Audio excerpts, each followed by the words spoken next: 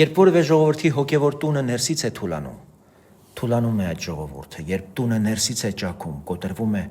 այդ ժողովրդի մեջքը։ Հենց այդ պատճառով 10-ից ավելի եպիսկոպոսներ, սրբազան հայրեր, թեմակալ առաջնորդներ Հայաստանում և Սփյուռքում բարձրաձայնեցին մի ճշմարտություն, որին անտարբեր չի կարելի հետևել։ Ստեղծված կացությունը վտանգավոր է, իսկ յուրաքանչյուր կորսված օր կարող է դառնալ անդառնալի։ Վտանգն արդեն դրսից չէ, վտանգը ներսից է։ Եվ սրբազան հայրերը հենց սա են ասում, պարզ, առանց ձևականության, առանց շրջանցումների, որ իրավիճակը իրապես լրջագույններից է, իսկ լռության ամեն օրը նոր վերք է,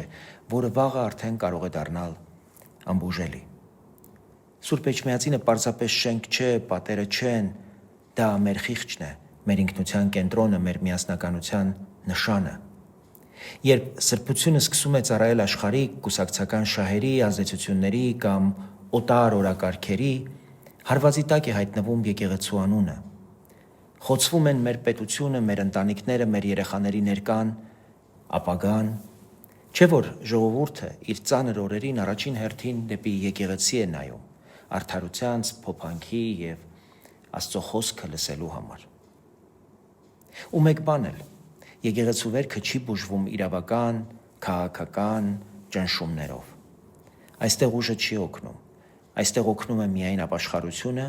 ճշմարտությունը և ներքին նորոգումը, և փառք Աստծո, որ այսօր առաջ եկան եպիսկոպոսներ, որոնք հասկացան իրենց մեծ պատասխանատվությունը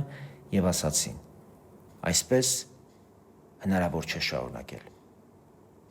Որոշեցին կանգնեցնել այս գահավիժումը։ Այսօր, դեկտեմբերի 18-ին, երեկոյան ժամը 5-ին, մեր տեղը Սուրբ Էջմիածնում է, խաղաղ, կարգապահ, խոնարհ, աղոթքով, առանց վիրավորանքի և ատելության։ Մենք չենք գնում կռվի, գնում ենք կանգնելու մեր տան կողքին, որպես եկեղեցու իրական զավակներ և որպես եկեղեցի։